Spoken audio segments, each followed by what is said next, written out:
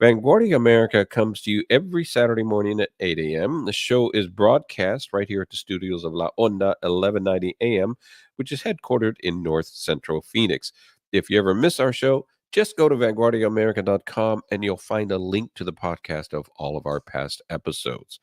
Before I go on, I want to take just a moment of privilege to note that this show, today's show, marks the 100th episode of Vanguardia America.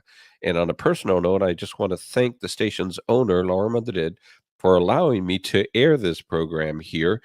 It's been an honor and a privilege to share this airtime with all of the enormous talent here at the station and to have the opportunity to bring this show to you each and every week. I especially want to thank Gonzalo Moreno, my producer, who's been here week in and week out, applying his enormous skills to make this show as professional as possible for our audience.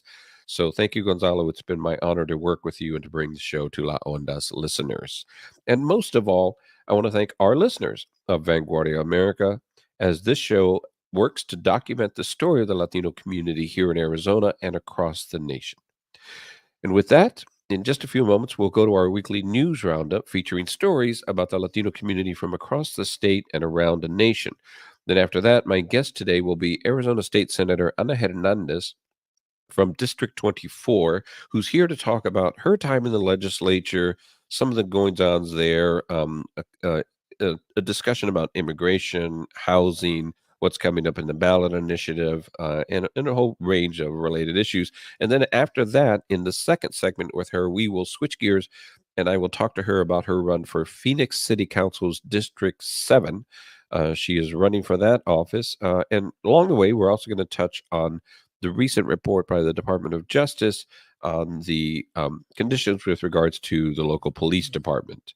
Now, after that, at the end of the show, my guest will be Carmela Ramirez, a musician, band leader, producer, who's here to talk about her upcoming show, Latina Divas, which is coming to the Musical Instrument Museum. Latina Divas is a tribute to Latinas in the music industry across the Americas.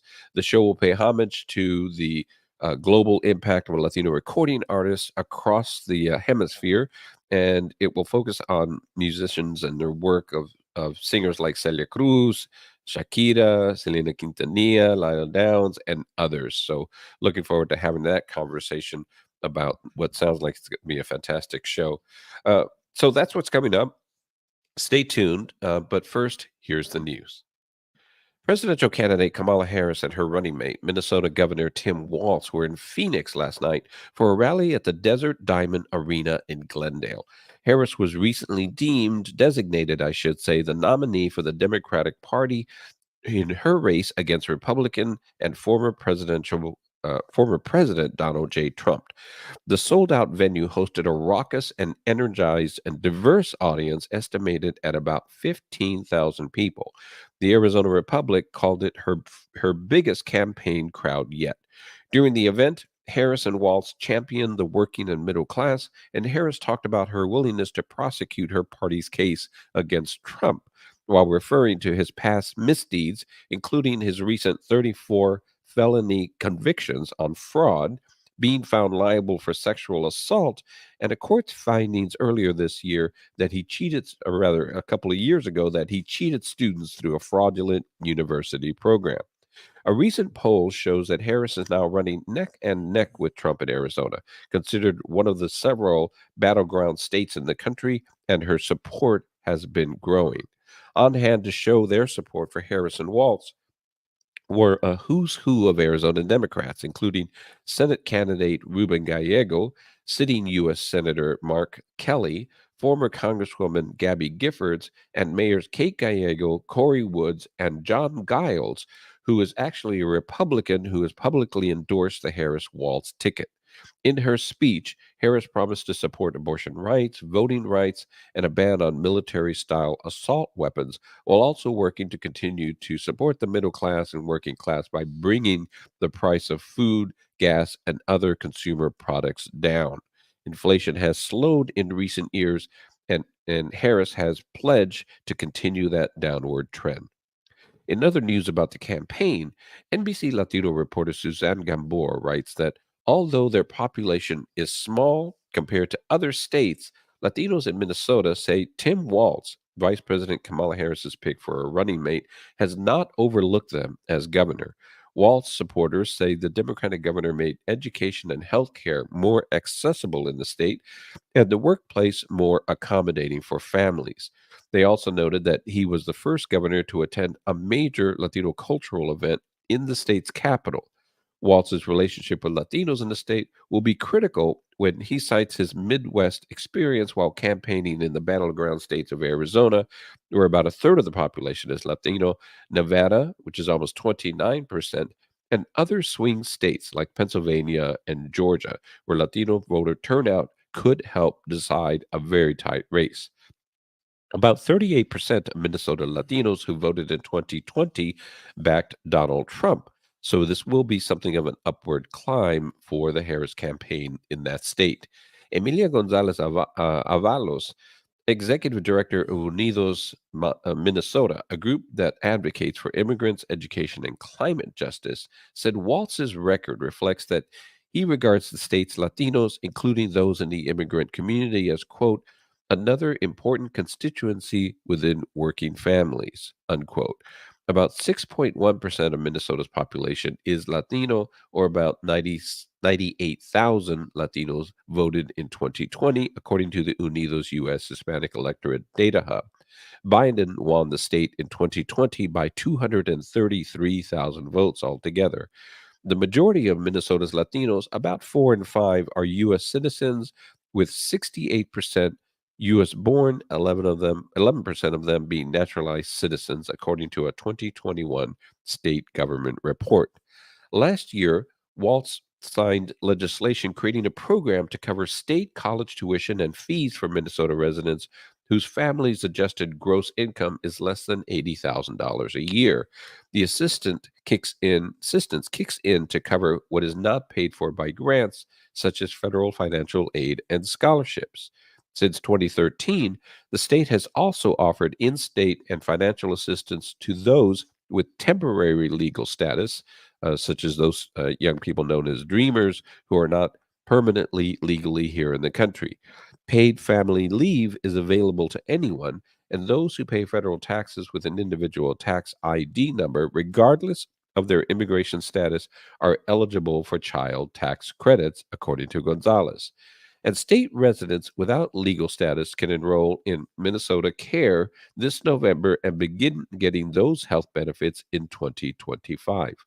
Quote, a lot of his regular working family policies don't have exclusionary clauses, said Gonzalez. He's invested in free and reduced lunches. We passed free state colleges for college tuition for the families that need it the most. Representative Maria Isa Perez Vega, a state House Democrat in Minnesota, had to scrap a planned news conference with the governor in her district on a newly formed child cabinet, an agency focused on children and families, when Walz's selection became official on Tuesday. Perez Vegas, who is a Puerto Rican, represents West St. Paul, the first Latino area in the state. A law signed by Walz in 2020 to cap insulin rates at $35 a month did not include undocumented people. Perez Vega said she worked with Walz to help get that cap extended to those without legal immigration status. Walz has moved to the national scene about 6 months after signing the so called driver's licenses for all legislation in his state. That law made it possible for people without permanent legal status in the United States, including undocumented residents, to get driver's licenses. Walz has met with Unidos Minnesota and others in the Lake Street community to help business owners and groups troubleshoot about investment, hear their needs, and he's shown concern about racial inequality gaps, said Perez. He has been present at Lake Street. He has been a present governor for many Latinos, according to Gonzalez. The country's oldest Latino civil rights group, the 95-year-old League of United Latin American Citizens, has endorsed Vice President Kamala Harris and Minnesota Governor Tim Walz. This marks the first time that the organization has formally supported any political candidates, including presidential candidates. LULAC formed in 1921 to protect the rights of Americans of Mexican descent, but has since expanded to cover all Latino groups in the United States. LULAC leaders announced the endorsement first on NBC News and plan to join Harris and Waltz at a rally that is happening today in Las Vegas. The endorsement was made through its political action committee, the LULAC Adelante PAC. Quote, "We are proud to endorse Kamala Harris and Tim Walz because of the real issues facing Latino communities and all Americans across the nation. We can trust them to do what is right for our community and the country," said Domingo Garcia, chairman of LULAC's Adelante PAC and the LULAC's immediate past president. Not all members of LULAC have been or are Democrats, but the group's objectives have mostly aligned with Democrats in modern history. LULAC has been considering creating a PAC for years, the organization said, but the prospect of another Donald Trump presidency created an urgency to do it now, according to LULAC CEO Juan Proano. In a statement, Julie Chavez Rodriguez, Harris Waltz's 2024 campaign manager, said the campaign was honored to earn LULAC's endorsement. Garcia added that the politics of hate mongering and scapegoating Latinos and immigrants must stop. Latinos understand how much is at stake in this year's election for not only our community, but our democracy. And then finally, we close with this. Alarm is growing in Venezuela as President Nicolas Maduro doubles down on the detention of protesters and opposition campaign volunteers. The scale of the crackdown after the contested July 28th elections has been at least 1,220 people having been arrested so far, according to the non governmental organization Foro Penal. Venezuela has not seen these many tensions in recent history. The protests have centered on demands for the regime to show its vote tallies since the electoral body allied with Maduro claims without evidence that he won a third term against opposition candidate Edmundo Gonzalez. The United States government and other countries around the world have called on Maduro to release the actual data of the vote count, and most have recognized the opposition as the rightful leaders of the country. That's our news roundup for today. We'll be back in just a moment with my guest, Ana Hernandez, a state senator, to talk about her time in the legislature and her impending run, I should say her current run for Phoenix Council District 7. I'm your host, James Garcia. Thank you for joining us, and thank you for being part of Vanguardia America's audience.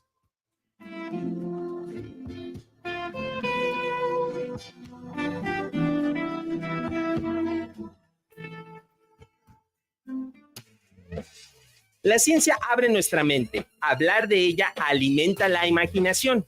Cuando imaginamos, descubrimos nuevas posibilidades del universo. Interesante, ¿verdad? Acompáñame todos los domingos de 9 a 10 de la mañana redescubriendo la ciencia en la Onda 1190. Te esperamos de 9 a 10 de la mañana.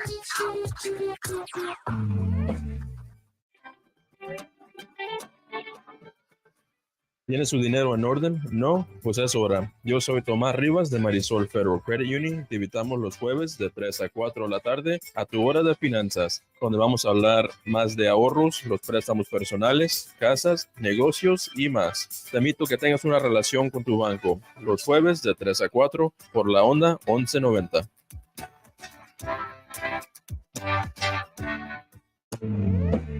La ciencia abre nuestra mente. Hablar de ella alimenta la imaginación. Cuando imaginamos, descubrimos nuevas posibilidades del universo. Interesante, ¿verdad? Acompáñame todos los domingos de 9 a 10 de la mañana redescubriendo la ciencia en la Onda 1190. Te esperamos de 9 a 10 de la mañana.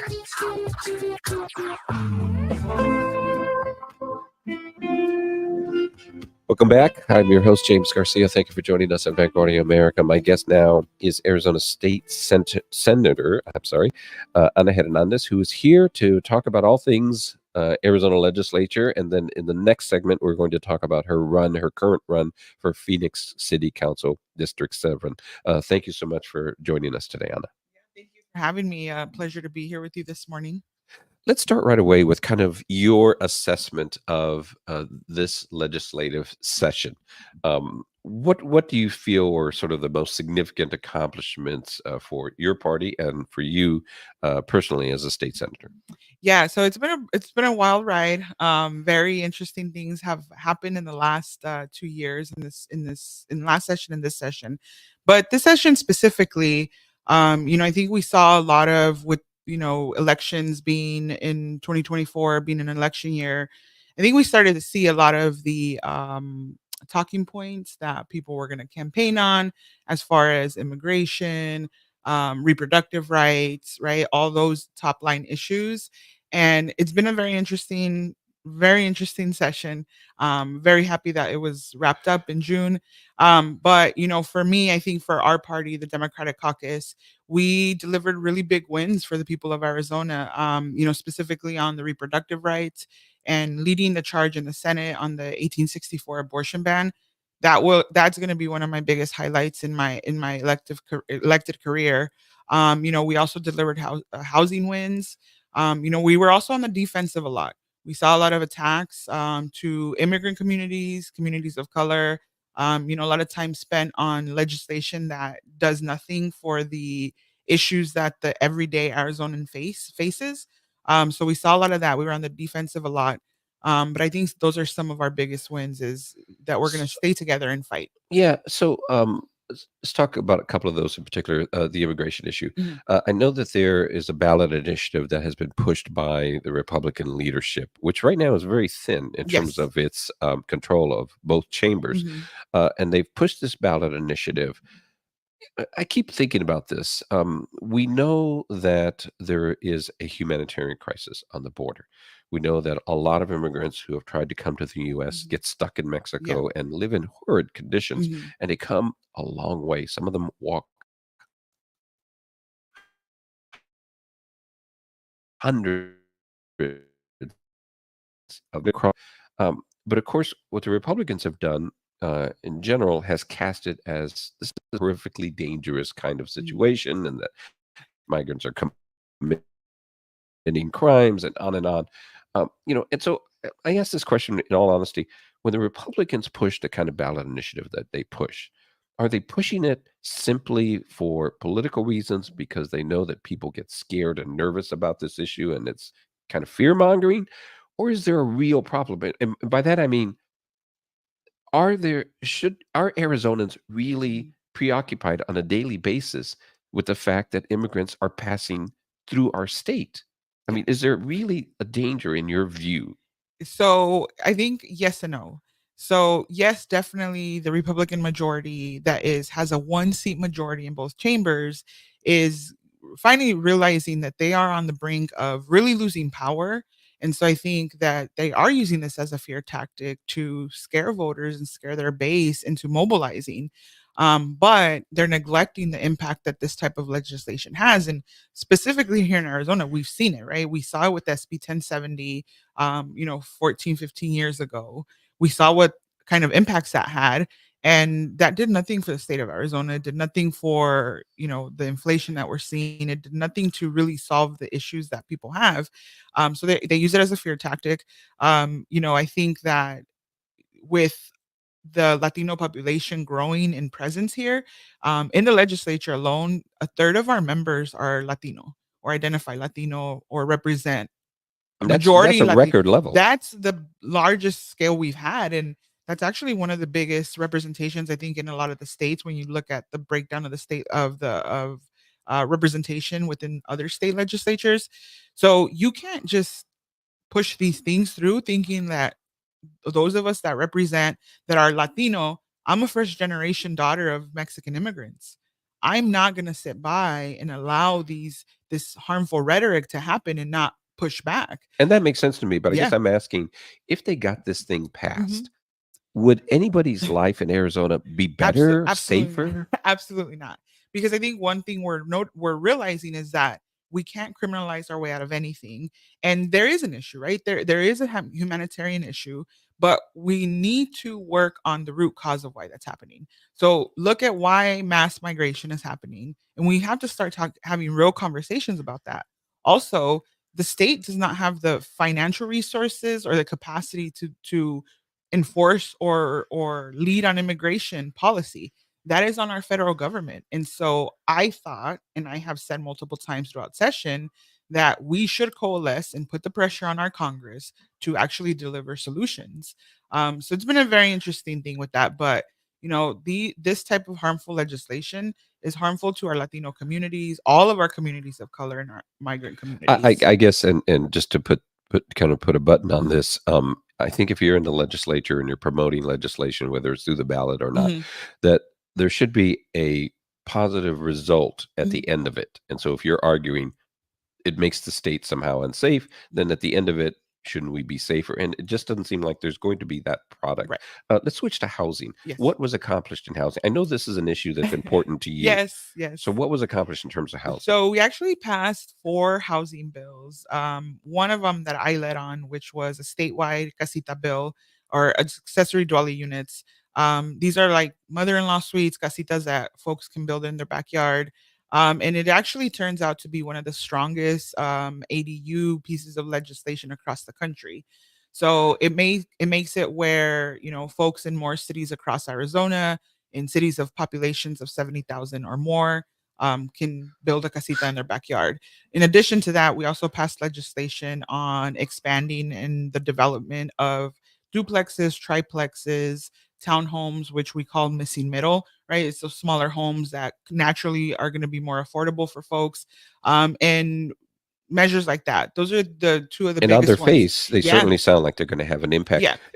Is there a model for that? I mean, have we seen other states do this and then produce more affordable housing? Yeah, absolutely. So we've seen it. San Diego does a really good job with their ADU ordinance. There has been bipartisan legislation across different states. Montana recently passed a big package of housing. Minnesota also has passed a bipartisan package. So there was a lot of work done in a bipartisan manner on Yeah. housing. Because that's one issue that was touching every single Oh district. my God, across something has to Arizona. be done. Yeah, I have absolutely. a niece living with me now because she can't afford an apartment. Yeah. It's just that simple. Right. And I just read a couple days in the paper, it goes in the paper that if you make minimum wage, that you have to work something like 70 hours a Oh week yeah. to afford a one-bedroom Yeah. apartment. That's Right. untenable. I mean, we are seeing the rents and mortgages increase, right? There's a lot of things that we need, right? We've never said like, hey, this is the only solution we need. We need a various tools on the table for us to address solutions. But this session, we finally were able to work together and deliver 4 housing bills that I'm really proud of. And I worked on 2 of those very, very heavily and led on those. So it was nice to get them across the finish line. Mental health is an important issue for you. Why Absolutely. mental health? Is it something on a personal level? Is it just your Yeah. constituency? Personal and constituency. So for me personally, I think we all have struggled. I personally have struggled with my own battles of depression. I really believe in practicing and being committed to a therapy path, and that has worked for me.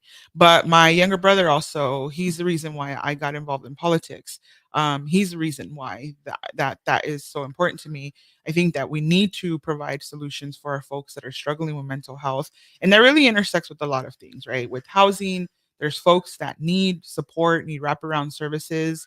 And we have to do a better job of investing into that so we can get folks to be in a more stabilized path so that they can, thrive in their own lives. And it was serious. There was serious escalation in terms of mental health issues as a result of the COVID Yeah. pandemic, of course. And I know that you lost, I think, your father Yes, I lost my dad to to COVID. to Mhm. COVID. So my sympathies for that, of Thank you. course.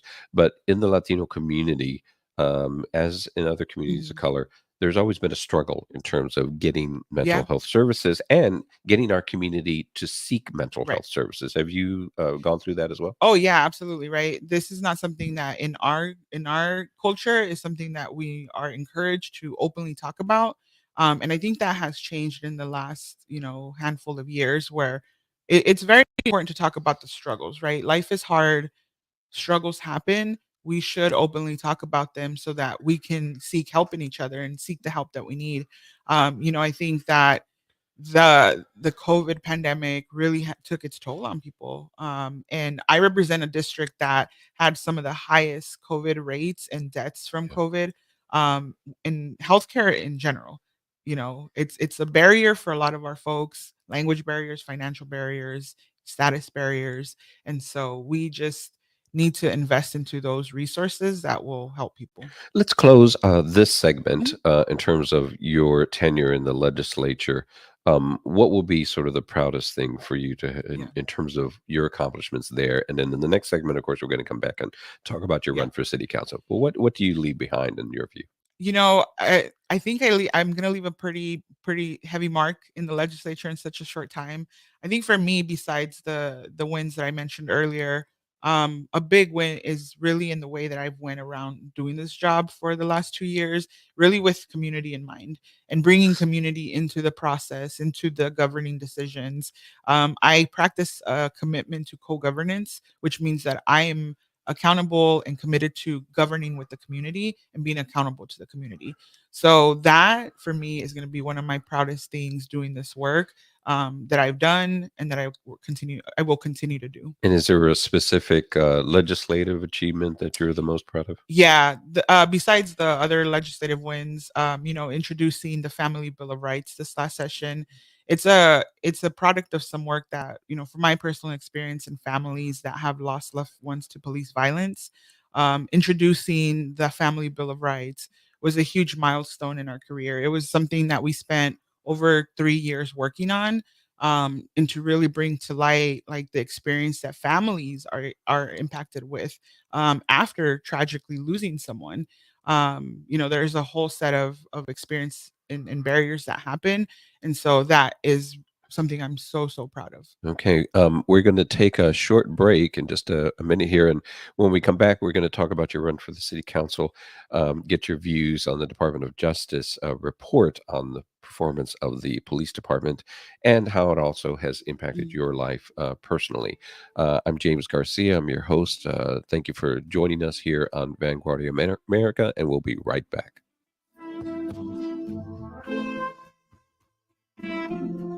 Nos salimos de WhatsApp y llegamos a la radio. Todos los miércoles a las 9 de la mañana te invitamos un cafecito con noticias, recursos, entrevistas, arte, negocios, espectáculos y un piquete de buen humor. Porque el periodismo es más que información, es diálogo y complicidad. Únete a nosotros para una dosis semanal de café y charlemos, porque en Conecta Arizona tú eres nuestra inspiración. Escucha la hora del cafecito de Conecta Arizona todos los miércoles a las 9 de la mañana en la onda 1190. ¿Qué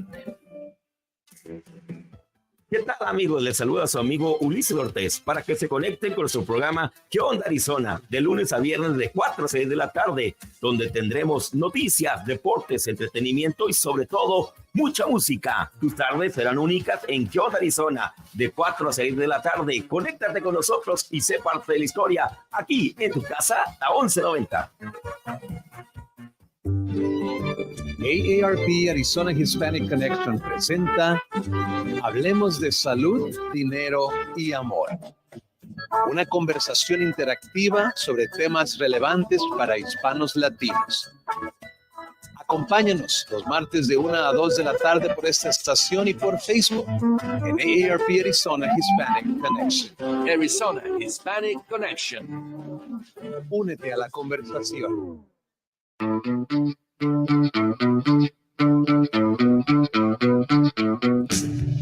Hola, ¿qué tal, amigos? ¿Cómo están? Los quiero invitar todos los sábados a las 11 de la mañana a que me acompañen en la hora más feliz de su radio, La Hora Feliz. Música retro, música de los 80, música que marcó tu juventud. Sé parte de la historia de nuestra música. 11 de la mañana, todos los sábados, en la hora más feliz de su radio. Y recuerda, la música se lleva en el corazón. La Hora Feliz de la 1190.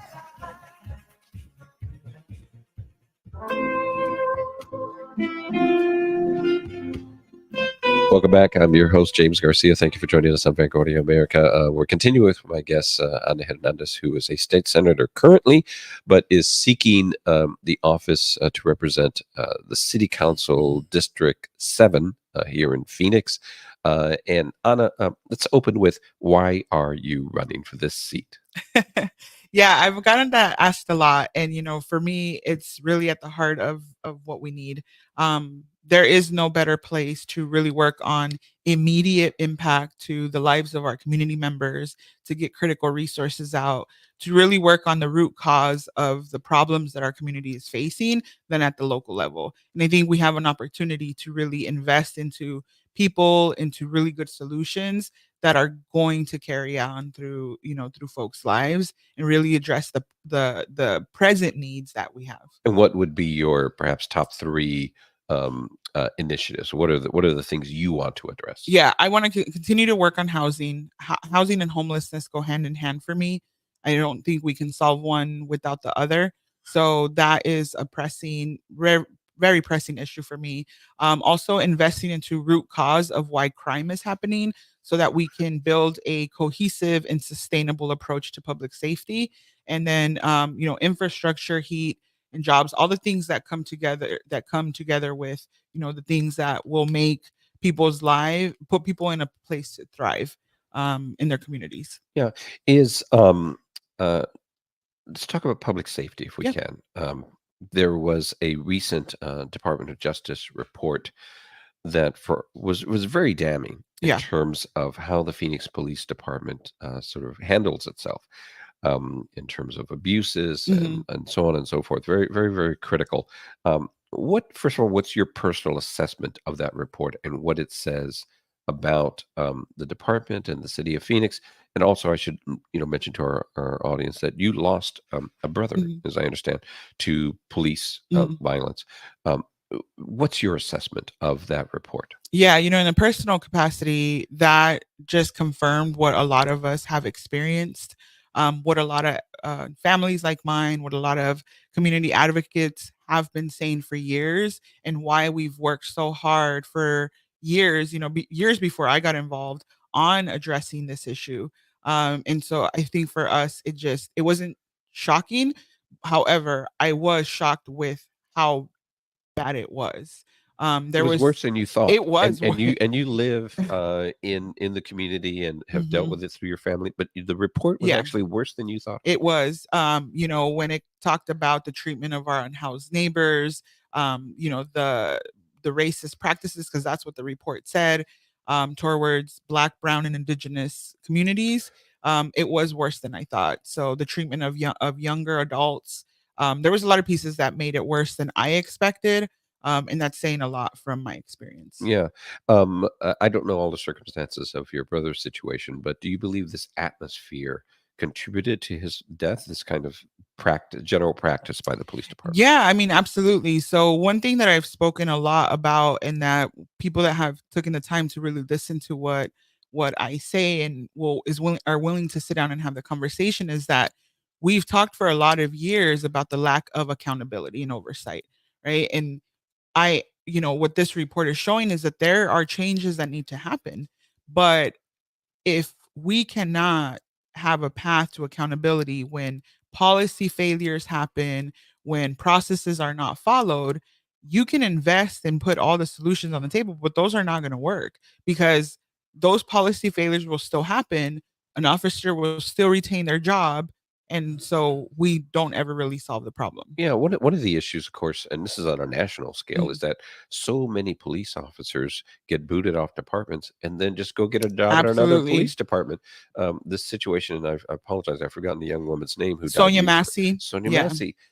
The officer who shot her Mhm. at point blank range for no reason, Right. clearly, Mhm. and is now under indictment, Mhm. had been kicked off of other departments Yeah. repeatedly Right. and ended up on that police department Absolutely. doing that job. And Absolutely. that's a problem all over the country. And seem to be, just sort of in general, a lot of kind of patterns that are Mhm. followed by police departments. Do you feel personally that the Department of Justice should essentially take control of this department? So this is where I have very mixed feelings and I'm conflicted because the reality of what we've seen when these investigations happen in other cities. Well, let me backtrack to the Sonia Massey situation.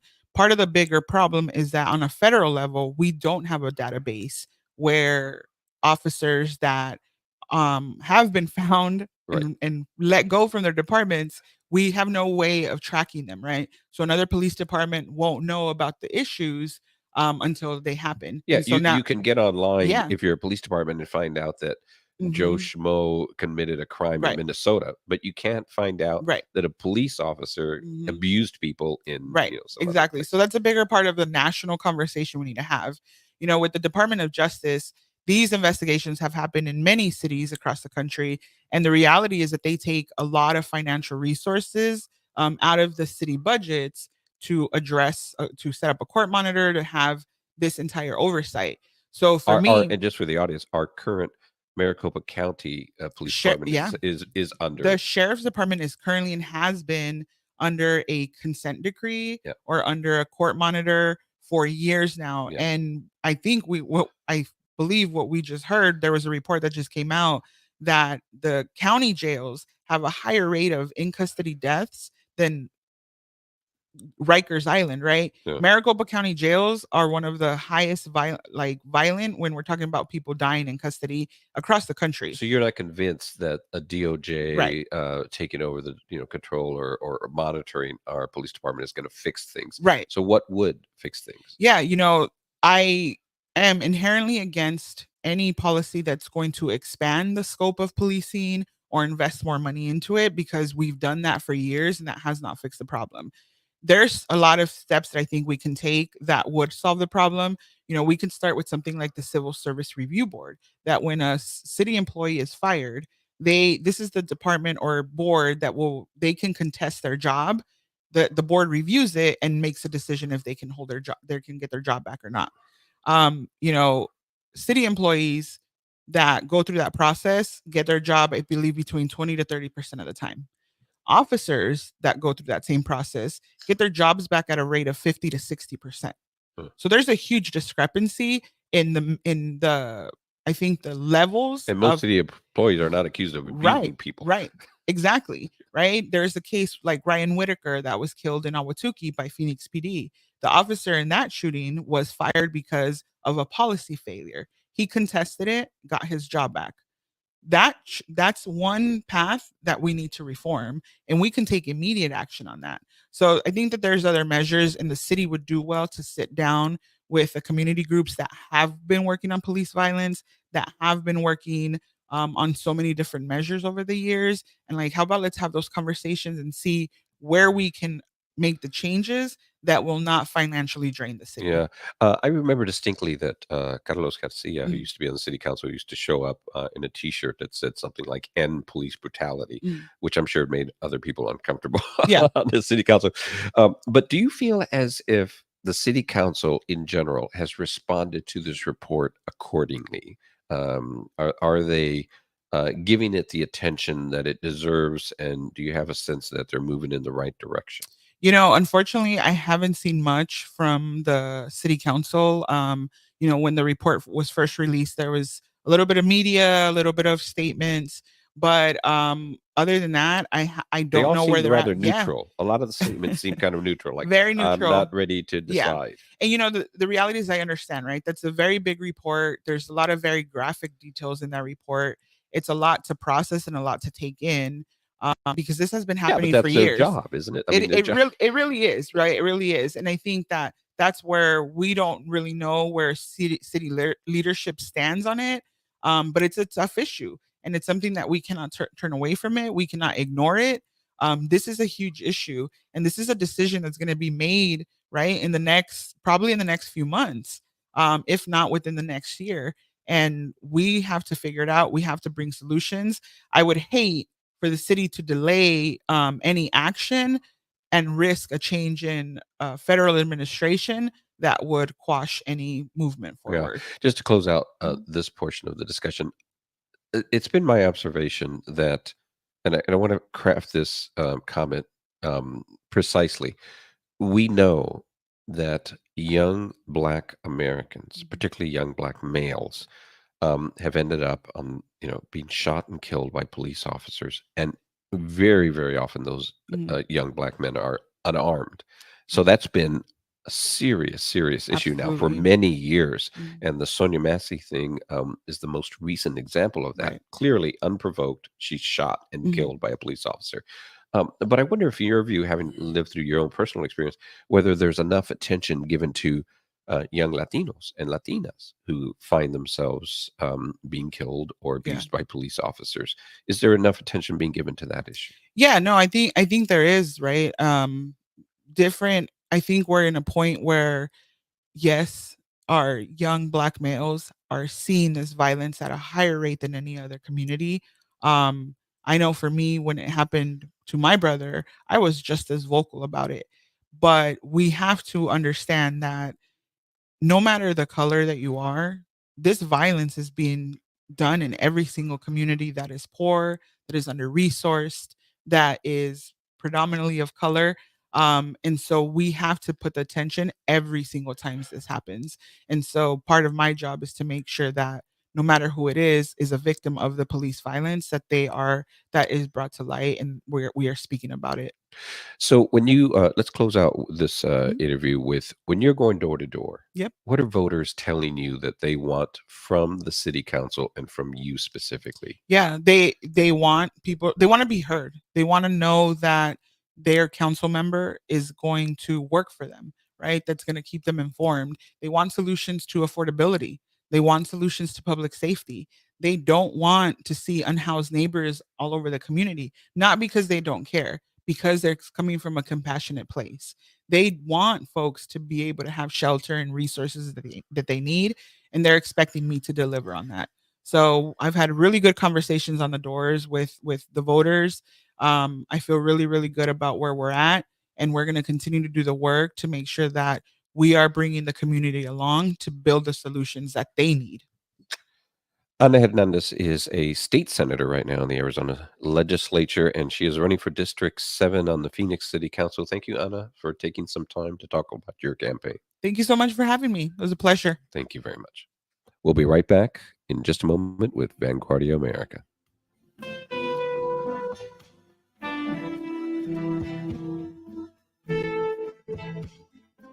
Cada día podemos aprender algo nuevo.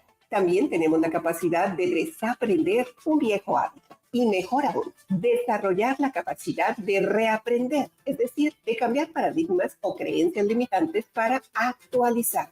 Es una decisión. Así que si decides, podemos aprender juntos. Tenemos una cita en Diálogo con Mirna Pineda, tu espacio de aprendizaje y superación, de lunes a viernes a las 10 de la mañana. Acompáñanos y gracias por tener el buen gusto de mantenerte bien informado. Escucha Transformando Vidas, nuestro programa radial dedicado a dar herramientas para sanar, equilibrar y trabajar nuestras emociones a través de la mirada sistémica. Transformando Vidas. Sintonízanos todos los jueves de 1 a 2 de la tarde por la onda 1190M. Transformando Vidas. Todos los jueves de 1 a 2 de la tarde. Te esperamos. Blanca Irives y John Herrera te invitan a escuchar Mi Dinero, Tu Dinero. Hola, soy Blanca Irives y te daré información sobre impuestos, el número ITIN y todo lo relacionado con tu negocio como licencias y LLC. ¿Qué tal? Soy John Herrera, agente con licencia de seguros autorizado por el estado de Arizona. Te diré cómo proteger tu auto, casa, vida y negocio. Los martes a las 9 de la mañana con American Family. Persigue tus sueños. Nosotros los protegeremos.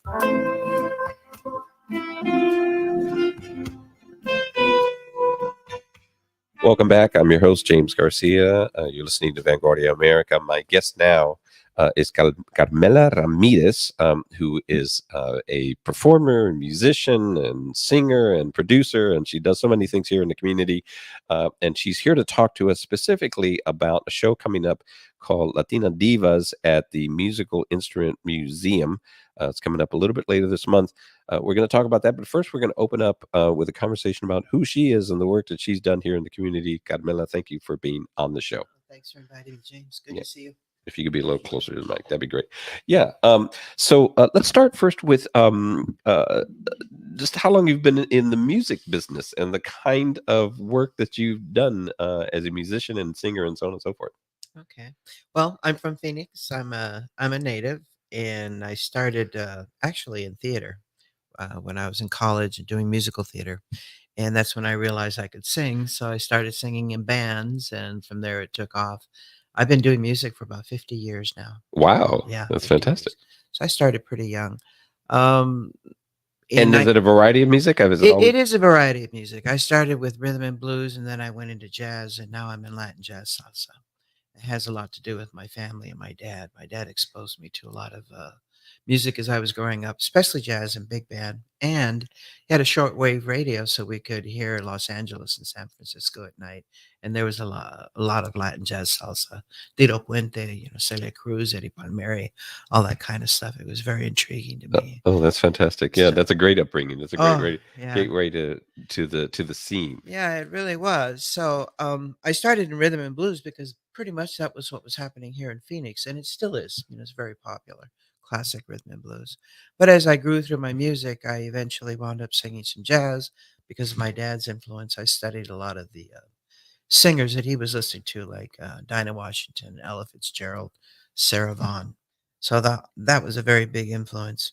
And then in 1988, I went to work for the city of Phoenix. And I also started my Latin jazz salsa band, Carmela y Mas. The same year. Right. Same year. Yeah. And through the city of Phoenix, I was allowed to really grow. I started as a part timer, just producing some downtown concerts at Patriot Square. And from there, it grew, and I wound up being the director of arts and culture for the city of Phoenix for 30 years. So Wow. I was there a long time. Well, congratulations on that tenure and all the Yeah. great work that you did there. I made it. Very challenging, but Now, Carmela y Mas, of mhm. course, still performs. You have We regular do. shows. I get your emails. It tells me I'm having a show here. We do. Yeah. Yeah. And talk about what the band performs. The band performs Latin jazz and Latin salsa. So Afro-Cuban, Caribbean music, mixed with the jazz influences of the United States. So yeah, we've been doing that for quite a while, performing a lot of the clubs around and a lot of concerts. I've traveled as far as Himeji, Japan, to be one of the opening acts for their 100-year anniversary. Um, uh, into Puerto Peñasco to be their Latin Jazz Festival headliner, things like that. Yeah. It's funny over the years. I've uh, the Japanese. Yeah. Have you been? No, to I've those? only been there once, but Yeah. I was just totally amazed. We were in their Symphony Hall concert, and it was with an Australian bush band and a Japanese Dixieland band, and they tore it up. Ay, Dios mío. I mean, they were amazing musicians. A Japanese Dixieland band. I'm Okay. talking with the straw hats, the I vest y todo. I mean, it was really nice. I have to have him on the show just for the novelty of it. I mean, that sounds amazing. It Yeah. was amazing. Yeah. Here in town, you've done other things besides just play music. I mean, I Yes. think it's fair to say that even though you're not a full-time activist, you've been definitely someone who's been there on the front lines on social justice issues. Right. Why is that important for you as an artist? I'm Latina to begin with, and I know that my mom and dad probably would have been performing artists had they had the chance. But in the era that they grew up in, they couldn't. And there was a lot of cultural issues, at the time. And even when I started in my music, I mean, I'm a Latina. I was singing jazz here in Phoenix. That was very, very unusual. So in my community work, I really try to break down barriers. Through the city of Phoenix, I produced a lot of festivals. I created the Latino Institute and things like that to reach the community and to educate. And I just want to make sure that our citizens, have information. It could be about politics, which is, very touchy, health, medicine, education. I want to make sure that they have all the resources possible so that then they can make their own decisions.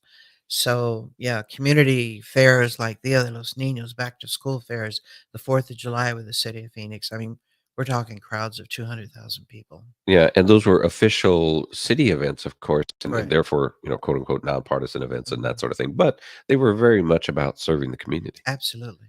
Well, that's what the Parks Department was. That's who I worked for. And that's what it was all about. It sort of has taken a turn. I think it's more of a business now with the city of Phoenix, whereas before it was really a community cultural thing. More grassroots. Right. So now, even though I'm retired, I'm semi-retired, I still produce as many events as I can, especially if they are I related haven't to. noticed that you were retired in any way. I'm like, you seem I as know. busy as you've always been. To kind of close out that part of the conversation, though, have you seen substantial improvements? You mentioned you were with the city for 30 years. So in those 30 years plus, where has the community come in terms of our engagement in the arts and all of that here? I think that they are participating in it more because I think a lot of programs weren't available, to the community, and I really strive to try to take it out to the streets, teasing them with a festival, free hot dogs or whatever. And once you're there, pow, we hit them with the education element. There's workshops and all kinds of stuff to get the kids back into school or to make good decisions. There was always representation of law, finance, education, health, arts, all that kind of stuff. And I think the more that we do that, the more they're exposed to it, and just got to keep those resources out there. Yeah. Do you feel that, I mean, some levels, this maybe is an obvious question, but do you feel that there's our presence is felt now Yes, in music, arts, theater? I think so. I think it is, and worldwide. I mean, people are really fascinated with Latin salsa all around the world. I mean, it's just what they want to listen to now. Yeah, Latino musicians are some of the biggest album sellers on the planet. Right. And they're also some of the biggest crossover artists because, you have Bad Bunny or Mark Anthony and whatnot, performing all styles, or Lila Downs. That's a perfect example. Yeah. She's from Mexico and California and does different things with cumbias and tejano, norteño, mixing it with, indie music or different parts of the country culturally. She mixes her music together. And I think I see a lot more of that.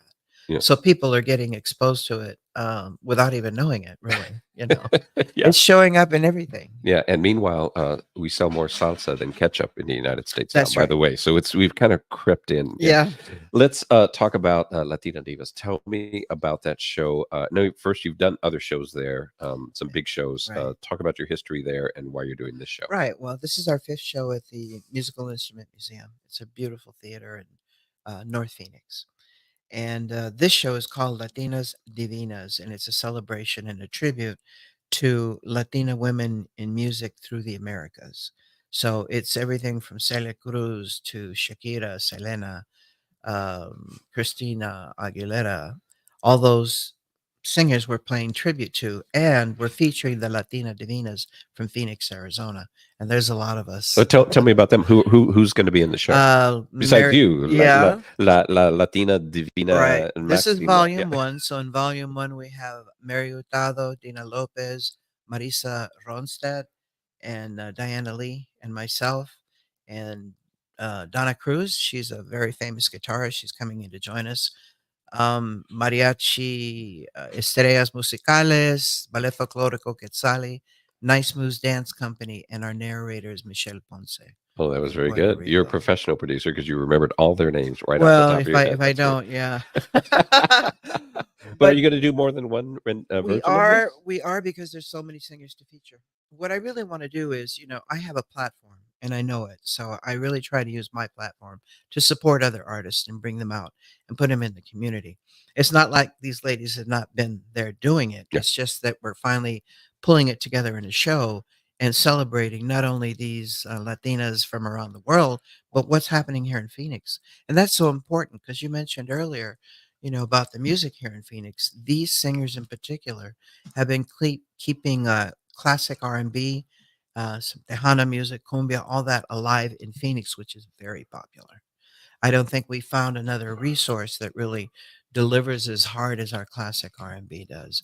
And these are some of the best singers. And then you have Diana Lee, who's a jazz singer. So it's all of us put together. We're all singing together. We have featured songs, but we're all doing the harmonies for each other, and the dance companies are adding on to that. Give me the nuts and bolts. When and where is it happening? It's going to be at the MIM Theater. It's next Saturday, August 17th. It starts at 7:30. Unfortunately, it's sold out. It sold out a month ago. So, well, that's okay. But you know what?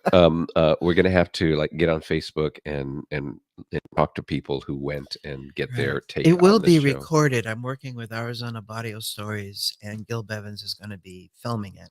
So we know that it'll be on Arizona Barrio Stories and also Latino USA TV. Oh, that's fantastic. Yeah, I had them on recently to talk Right. about Chicano Hollywood and their station. Exactly. So, yes, doing. No, that's fantastic. That and so and this is the first time you've done a show there that's going to be completely recorded and then available for later. Correct. Yeah. Yeah. Yeah, that's great. And I apologize. I kept calling it Latina Divas. It's Latina Latinas Divinas. Latinas Divinas, which is a better name, Yeah, frankly. you like It's that? I like that. And so just to start to wrap up, the next show, you want it to be just kind of an expansion of Well, this? because there's so many singers to feature and so much music. I mean, no sooner did we announce the show that I was getting on Facebook, well, what about so and so? She's a singer too. What about, my this and that? So we're going to do a volume 2 and 3. Okay, that's fantastic. And it's great that you're sold out already.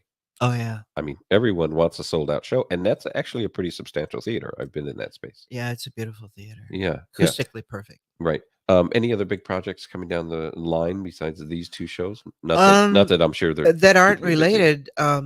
Like I mentioned before, I'm doing some work with Arizona Barrio Stories. I have a small little TV show with them right now where I interviewed all these singers. And I plan to keep on working with Gil and Arizona Barrio Stories to highlight artists. I might be doing a podcast as well so that I can reach not only the Phoenix community, but we want to travel around Arizona and find those Latino artists that are in the pockets that we don't know about. Carmela Ramirez is a singer. She leads Carmela y Mas. She's a producer. She's a community leader.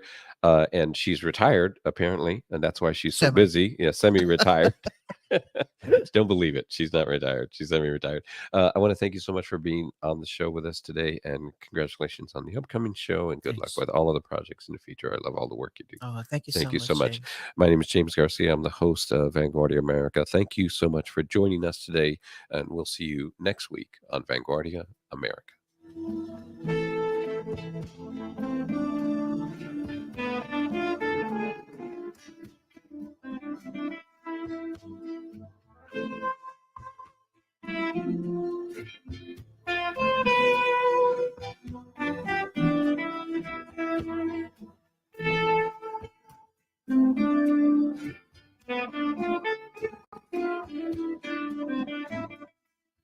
Somos la Onda 1190 AM, una estación de la Promise Company. Únete a nuestra programación y mantente bien